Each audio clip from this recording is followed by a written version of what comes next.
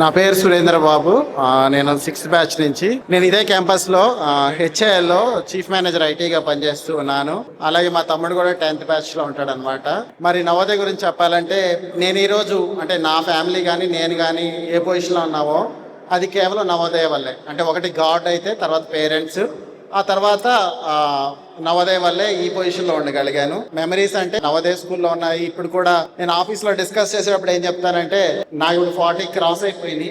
40 cross అయిపోయి office లో సరదాగా మాట్లాడుకున్నప్పుడు నవోదయ లైఫ్ చాలా బాగుండేది. ఇప్పుడు నేను మళ్ళీ నవోదయలో జాయిన్ అవ్వాలంటే వెళ్ళి జాయిన్ అయిపోతాను, ఈ టెన్షన్స్ అని నేను భరించలేదని చెప్తూ ఉంటాను. మా దగ్గర కొంతమంది ట్రైనీస్ వస్తూ ఉంటారు. అంటే ఎడ్యుకేషన్ అయిపోయిన తర్వాత వాళ్ళకి 1 year ట్రైనింగ్ ఉంటుంది అనమాట. వాళ్ళకి చెప్తూ ఉంటాను. అప్పుడు నేను ఎక్కువ ఇన్వాల్వ్ అయ్యేవాడిని కూడా కాదు, కానీ అలాంటి మెమరీస్ ఉన్నాయి. అదేవిధంగా మరి ఈ యొక్క అల్యూమిని గురించి మాట్లాడుకుంటే కనుక, లాస్ట్ టైం కోవిడ్ అయిన తర్వాత విజయలక్ష్మి అక్క అప్పుడు ఆర్గనైజ్ చేసినప్పుడు అక్కడ క్లబ్ లో పెట్టాము.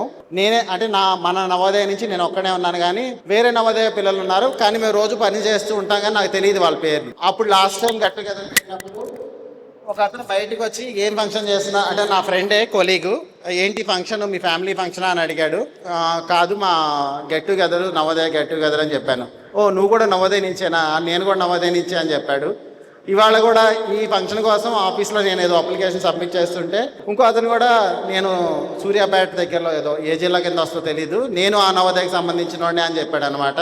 అలాగే కొంతమంది మరి మాట్లాడుకుంటున్నప్పుడు ఏమంటారంటే, ఓ నువ్వు నవోదయ స్టూడెంట్ అంటే మీరు చాలా తెలివిగలవాళ్ళు అని చెబుతూ ఉంటారు అనమాట. అంటే ఇలా అంటే నవోదయ ఒక మెమరీ కాదు, ఒక బ్రాండ్ అని ఆల్రెడీ చాలా మంది చెప్పారు. అదేవిధంగా మనోళ్ళు కూడా చాలా మంది చాలా మంచి పొజిషన్లో ఉన్నారు. మరి నేను చాలా ప్రౌడ్గా ఫీల్ అవుతున్నాను నవోదయలో చదివినందుకు. మరి ఈ యొక్క అవకాశం ఇచ్చినందుకు పెద్దలకి మరి అందరికీ నా యొక్క కృతజ్ఞతలు తెలియజేసుకుంటున్నాను.